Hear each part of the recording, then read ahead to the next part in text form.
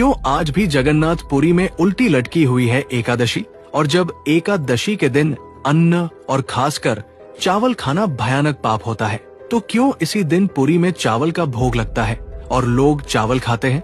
क्योंकि यहाँ की एकादशी उल्टी परंपरा वाली है और इसकी कथा भी उतनी ही अद्भुत है। कहानी शुरू होती है ब्रह्मा जी से, जो एक बार जगन्नाथ जी का महाप्रसाद पाने के लिए पुरी आए थे, लेकिन जब तक वो पहुँचे सारा प्रसाद समाप्त हो चुका था। सिर्फ एक पत्तल बची थी जिसमें कुछ बासी चावल के दाने थे, जिसे एक कुत्ता चाट रहा था। पर ब्रह्मा जी की भक्ति इतनी सच्ची थी कि उन्होंने उसी पत्तल से चावल उठा लिए और कुत्ते के साथ बैठकर उन्हें खा गए। तभी प्रकट हुई देवी एकादशी और बोली, ये क्या किया ब्रह्मा? आज एकादशी है और तुम चावल खा रहे हो।